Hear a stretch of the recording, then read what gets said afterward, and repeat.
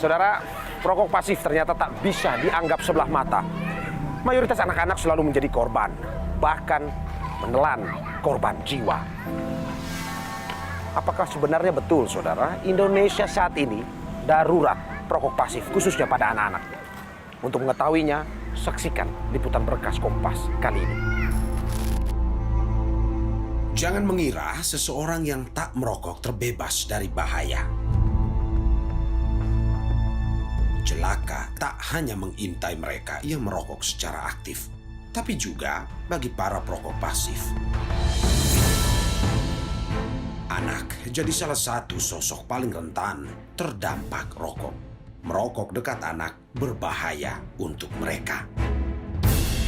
Indonesia disebut darurat perokok pasif.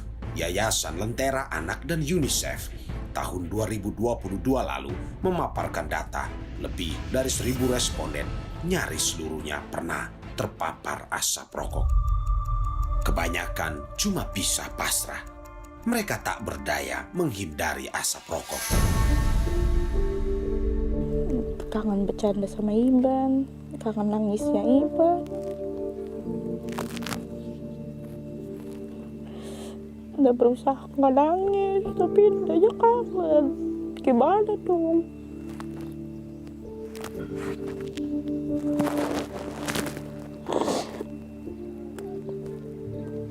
Udah malu, nangis. Berarti udah gak kuat.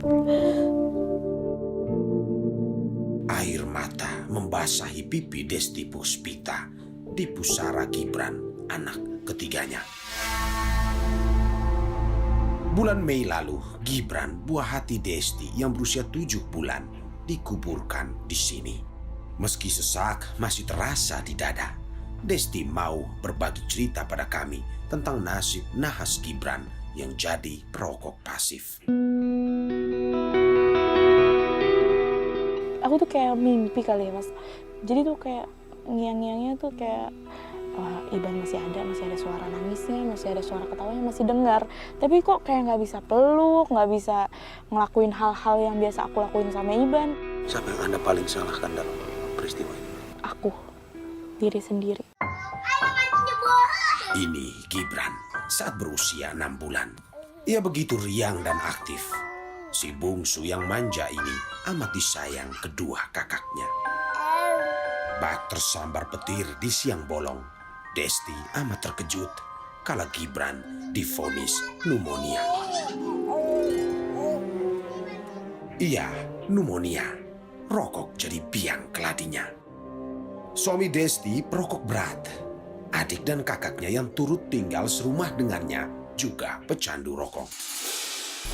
Sudah sejak lahir, Gibran terpapar asap rokok dari bapak dan pamannya. Dia tuh kayak misalnya naik stroller gitu, dorong stroller tapi tangannya tetap merokok. Sedekat itu kan? Iya, kayak misalnya ditaruh di halaman teras, anak saya di stroller, misalnya suami saya lagi ngasih makan ayam, ngasih makan burung, ya sambil ngerokok aja gitu, sebelah-sebelahan. Akibat terpapar asap rokok dengan intensitas tinggi, di usia 14 hari pasca kelahiran, Gibran dilarikan ke rumah sakit karena paru-parunya bermasalah. Harusnya kalau di ronsen tuh hitam, tapi anak kakakku udah putih. Jadi kayak ada abu-abu gitu. Kalau kata dokter itu karena terpapar asap rokok. Ditanya sih, di rumah ada yang ngerokok nggak, Dok? Apa ini, Bu? Nih anak nih kayaknya belum bisa, kena polusi, kena asap rokok, kayak gitu-gitu sih, Mas. Dokter bilang untuk sembuh, Gibran butuh waktu 2 bulan. Mirisnya, meski Gibran sakit, perokok yang serumah dengannya tak juga berhenti. Kondisinya drop saat Idul Fitri April lalu. Sebab Gibran yang jadi pusat perhatian keluarga digendong dari tangan ke tangan. Padahal mereka sambil merokok. Walau melihat Gibran dekat dengan perokok, Desti segan menegur karena takut cekcok. Tapi akunya yang nggak bisa, lebih tegas, lebih marah. Padahal sebenarnya aku bisa melakukannya. Karena dia anak aku.